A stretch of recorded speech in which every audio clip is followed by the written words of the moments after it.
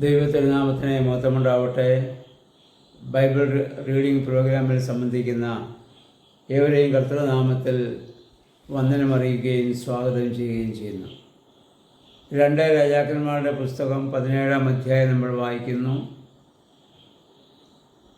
ഹോശിയ ഇസ്രായേലിലെ രാജാവായി മാറുന്നു. ഏകദേശം 9 വർഷം അദ്ദേഹം ആ രാജ്യത്തെ ഭരണം നടത്തുന്നു. ആ സമയത്ത് അദ്ദേഹം കർത്താവിൻ്റെ മുമ്പിൽ തിന്മ പ്രവർത്തിച്ചു എന്ന് നമ്മളിവിടെ വായിക്കുന്നു. മുമ്പുള്ള രാജാക്കന്മാരെ പോലെ തന്നെ എല്ലാ രാജാക്കന്മാരും അത് പിന്തുടരുന്നതായി നമുക്ക് കാണാൻ സാധിക്കുന്നുണ്ട്.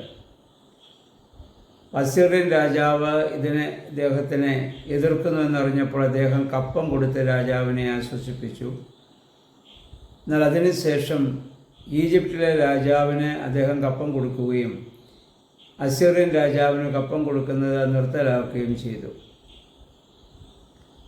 അപ്പോൾ അവൻ തന്നെ കബളിപ്പിച്ചെന്ന് മനസ്സിലാക്കിയ അസീറിയൻ രാജാവ് ഈ ഹോശിയ രാജാവിനെ ജയിലിലാക്കുകയാണ്. അദ്ദേഹത്തെ ബന്ധനസ്ഥാക്കുകയും ഇസ്രായേൽ ദേശത്തുള്ള ആളുകളെ മുഴുവൻ അദ്ദേഹം മറ്റ് രാജ്യങ്ങളിൽ കൊണ്ടുപോയി അടിമകളാക്കി അവിടെ താമസിപ്പിക്കുകയും ചെയ്യുന്നതായി നമ്മൾ കാണുന്നുണ്ട്. അദ്ദേഹം ശമരിയ ദേശത്ത് മുഴുവൻ ഉപരോധം ഏർപ്പെടുത്തുന്നു. ഇസ്രായേലിലെ അടിമകളാക്കി കൊണ്ടുപോകുന്നു. അങ്ങനെ കൊണ്ടുപോകാനുള്ള കാരണമായി അതിൻ്റെ 7 മുതൽ വാക്യങ്ങൾ നമ്മൾ വായിക്കുന്നു. മിസ്രയീം ദേശത്തു നിന്നുള്ള പിതാക്കന്മാരെ വിടുവിച്ച യഹോവയായ ദൈവത്തിൻ്റെ കൽപ്പനകളെ അവർ അനുസരിച്ചില്ല. ദൈവത്തെ അവർ മറന്നു. പൂജാഗിരികളെ അവർ സ്ഥാപിക്കുകയും അന്യദേവന്മാർക്ക് ബലി അർപ്പിക്കുകയും അവരുടെ മക്കളെയൊക്കെയും ബാലികാബാലന്മാരെ അവരെ ദഹനബലിയായിട്ട് അർപ്പിക്കുകയും അവരതുപോലെ തന്നെ മന്ത്രവാദം ഒക്കെ ചെയ്യുകയും അതുപോലെ തന്നെ അവർ സകലം നോക്കുക, ഇങ്ങനെ ജാതികളുടേതായ ചില മ്ലേച്ഛതകളൊക്കെ അവരുടെ ഇടയിൽ കടന്നു വന്നപ്പോഴാണ് യഹോവയായ ദൈവം അവർക്ക് അങ്ങനെ ഏൽപ്പിച്ചു കൊടുക്കുവാൻ കാരണമായി തീർന്നത്. മിസ്രയീമിൽ നിന്ന് വിടുവിക്കുമ്പോൾ മോശ മുഖാന്തരം 10 കൽപ്പന കൊടുത്തപ്പോൾ യഹോവയായ ദൈവം പറഞ്ഞതായ കൽപ്പനകളെ നേരത്തെ പറഞ്ഞു, നീ ഈ കൽപ്പനകൾ പാലിച്ചാൽ ഞാൻ നിൻ്റെ ദൈവവും നീ എൻ്റെ ജനവുമായിരിക്കും. നീ എന്നെ കൽപ്പനകളെ ലംഘിക്കുന്നുവോ അന്ന് ഞാൻ നിൻ്റെ ദൈവമോ നീ എൻ്റെ ജനമോ ആയിരിക്കുകയില്ല. യുഗങ്ങളിൽ പോയി ആയിരിക്കുന്നു. യഹൂദയിലെ കുറേ ആളുകളെ ഒഴികെ ബാക്കി എല്ലാവരെയും അവിടെ നശിപ്പിക്കുന്നതായി നമ്മളിവിടെ കാണുകയാണ്. 24 മുതൽ വാക്യങ്ങൾ നമ്മൾ വായിക്കുന്ന അസീറിയൻ രാജാവ് ഇസ്രായേൽ ജനത്തെ ഒഴിവാക്കിയ സമരിയ ദേശത്ത് മറ്റ് ദേശങ്ങളിൽ നിന്നുള്ള ആളുകളെ അവിടെ കൊണ്ടുവന്ന് താമസിപ്പിക്കുകയാണ്.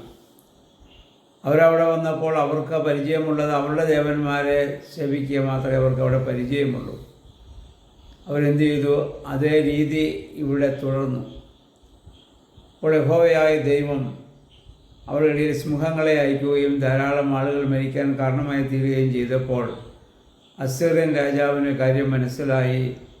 ഇവിടെ യഹോവയെ സേവിക്കേണ്ട സ്ഥാനത്ത് മറ്റു ദൈവങ്ങളെ സേവിച്ചിട്ടാണ്. അപ്പോൾ ജനത്തിന് അത് അറിയത്തില്ലെന്നറിയാം. അദ്ദേഹം എന്ത് ചെയ്തു? അദ്ദേഹം യഹൂദ പുരോഹിതന്മാരെ അവിടെ അയക്കുകയും അവർ മുഖാന്തരം യഹോവയുടെ രീതികളും കൽപ്പനകളും അവരെ പഠിപ്പിക്കുകയും ഒക്കെ ചെയ്തു. അവരങ്ങനെ ചെയ്ത് 33 വാക്യം നമ്മൾ വായിക്കുമ്പോൾ അവർ യഹോവയെ ഭയപ്പെടുകയും അവരുടെ സ്വന്തം ദേവന്മാരെ സേവിക്കുകയും ചെയ്തു. യഹോവ ഇങ്ങനെ ശിക്ഷിക്കും എന്നുള്ളത് കൊണ്ട് യഹോവയെ അവർ ഉള്ളുകൊണ്ട് സ്നേഹിക്കുന്നില്ല. ഭയപ്പെട്ട് യഹോവയ്ക്ക് വേണ്ടി അവർ അവിടെ ആചാരാനുഷ്ഠാനങ്ങളൊക്കെ ചെയ്യും. ഉള്ളുകൊണ്ട് മറ്റു ദേവന്മാരെ അവർ സ്നേഹിക്കും.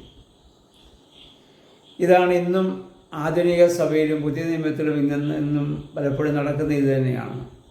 കർത്താവായ യേശു ക്രിസ്തുവിനെ എല്ലാവർക്കും സ്നേഹമാണ്.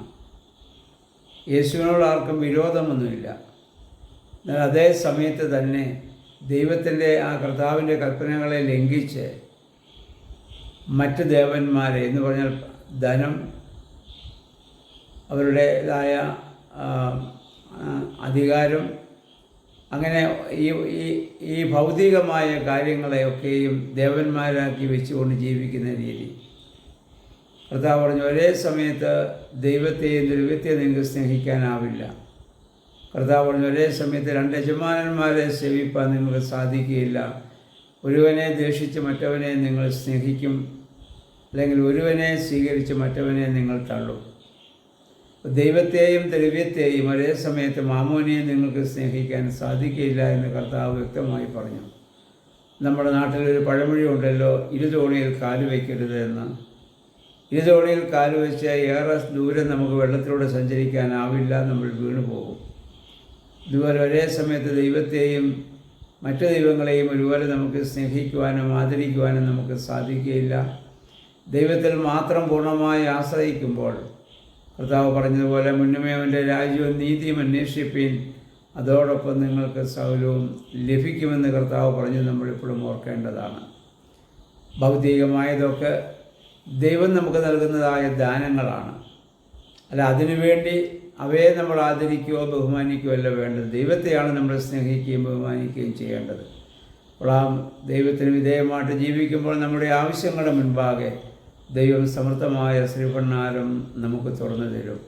അതുകൊണ്ട് ഈ ഇസ്രായേൽ ജനത്തിൻ്റെ ഇപ്രകാരമുള്ള അവരുടെ ബലഹീനതകളും അവരുടെ കുറവുകളൊക്കെ നമ്മൾ മനസ്സിലാക്കുകയും അത് നമ്മുടെ ആധ്യാത്മിക ജീവിതത്തിൽ സംഭവിക്കാതെ കർത്താവായ യേശു ക്രിസ്തുവിനെ മാത്രം മുന്നിൽ കണ്ടുകൊണ്ട് ആ കർത്താവിനെ മാത്രം ആദരിച്ച് ആ കർത്താവിൻ്റെ വേണ്ടി പൗലോസ് പറഞ്ഞതിലെ സ്ഥിരതയോടെ നമ്മുടെ ഓട്ടം നിർവഹിക്കുവാൻ വേണ്ടി നമുക്ക് ശ്രമിക്കാം. നമ്മുടെ വേദപുസ്തക വായനകളും പ്രാർത്ഥനകളും ആരാധനകളൊക്കെ അത് നമ്മളെ സഹായിക്കട്ടെ. പരിശുദ്ധാത്മാവേ, അതിന് ഞങ്ങളെ ശക്തീകരിക്കണമേ, ബലപ്പെടുത്തണമേ എന്ന് പ്രാർത്ഥിക്കാം. ദൈവത്തിന് നമ്മെ എല്ലാവരെയും സഹായിക്കുമാറാകട്ടെ.